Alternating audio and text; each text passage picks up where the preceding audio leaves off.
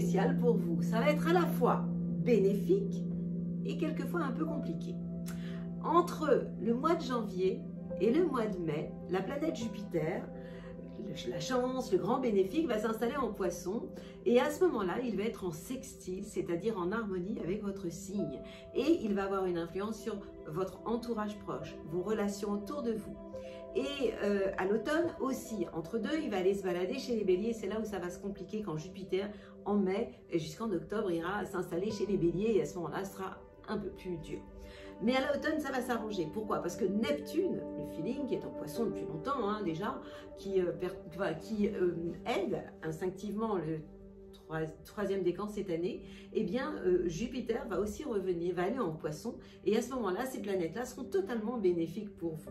Et puis on a la planète Uranus. Uranus est en Taureau. Uranus, c'est l'innovation, les changements, et cette planète est en Trigone. C'est un signe de terre, le Taureau. En Trigone avec le secteur de la créativité, de l'amour, des enfants, et ça améliore votre quotidien, ça améliore votre plaisir, vous avez envie de plaisir, de confort, et ça dure depuis un moment. Mais attention, le printemps et l'été, vous allez subir la dissonance, c'est-à-dire le carré, la tension de cette planète Jupiter, le magnifique qui va être en bélier. Et alors là, ça pourrait avoir un impact moins sympathique sur tout ce qui est lié à la famille, la relation familiale, les enfants, les parents. Et ça va être aussi, on a aussi Pluton qui perturbe toujours le troisième décan, qui vous amène des grandes remises en question. Et ça pourrait quelquefois déclencher quelques blocages.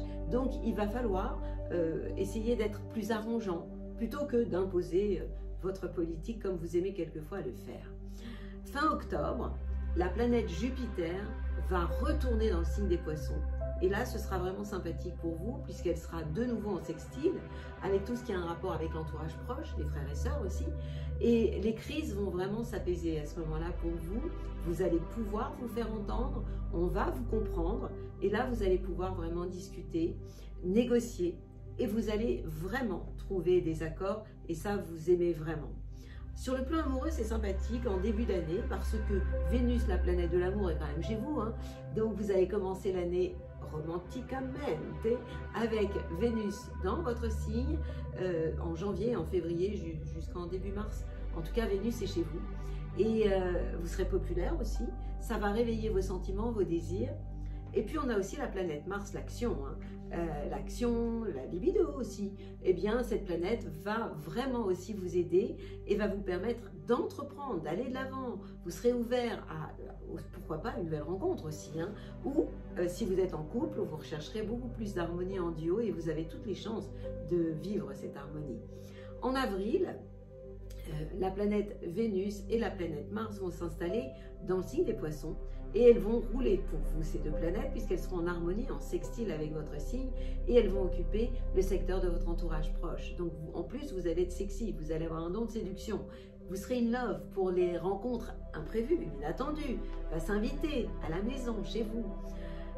Mais c'est en mai où il faudra faire plus attention. Bah oui, parce qu'au mois de mai, la planète Mars, l'action, la guerre, et Vénus, l'affect, vont être dans le signe du bélier. Et quand les planètes sont en bélier, elles sont juste en tension avec vous. Donc ça pourrait vous contrarier et contrarier tout ce qui a bien commencé aussi. Donc il va falloir vous calmer. En août, la bonne nouvelle, c'est que la planète Mars va être dans le signe du Taureau, qui est un signe de terre comme vous. Donc elle va être en trigone, en harmonie avec votre signe. Elle aura un impact positif sur l'amour, la créativité, sur les enfants aussi. Et cette planète va aussi protéger vos amours à ce moment-là. Et du coup, bon, ça ira mieux pendant l'été. En automne, à l'automne, ça va s'arranger vraiment, puisque de nouveau, Jupiter ira retrouver Neptune, son copain, puisque ces deux planètes-là sont les planètes du Poisson, dans le signe des Poissons.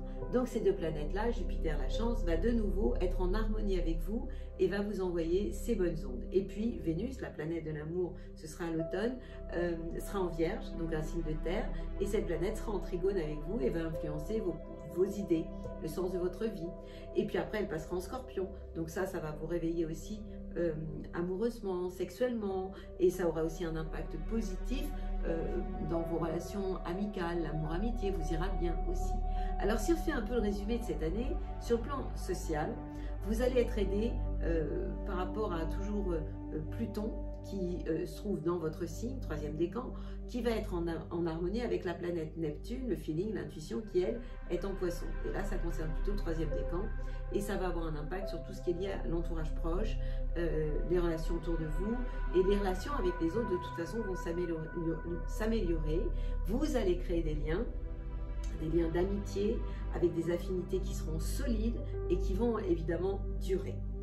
Alors, en fait, vous devez retenir de l'année 2022 que si vous avez des choses à faire, c'est entre le 1er janvier et le 11 mai, puis à l'automne, lorsque Jupiter, le bénéfique, va vous envoyer ses bonnes ondes, c'est-à-dire quand Jupiter sera dans le signe du Poisson, que vous allez pouvoir passer à la vitesse supérieure au niveau de vos relations avec votre entourage proche, vos frères et sœurs, parce qu'à ce moment-là, Jupiter va vraiment vous aider.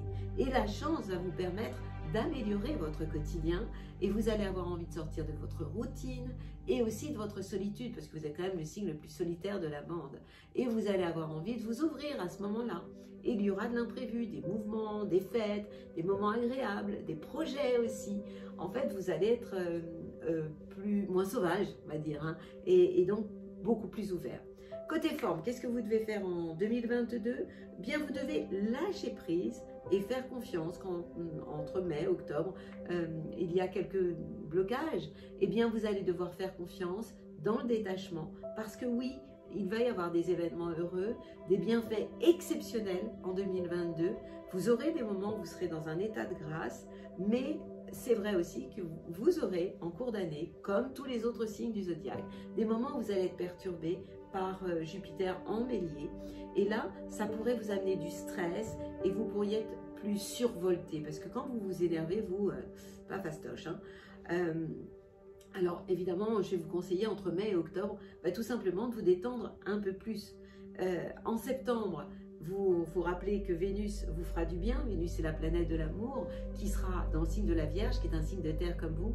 Et cette planète-là va vous aider aussi à vous ressourcer, à prendre de la hauteur et à redonner du sens aussi à votre vie dont vous avez tellement besoin. Mon conseil pour l'année 2022, eh bien, ça va être de prendre de la hauteur, tel un aigle, face aux aléas de la vie.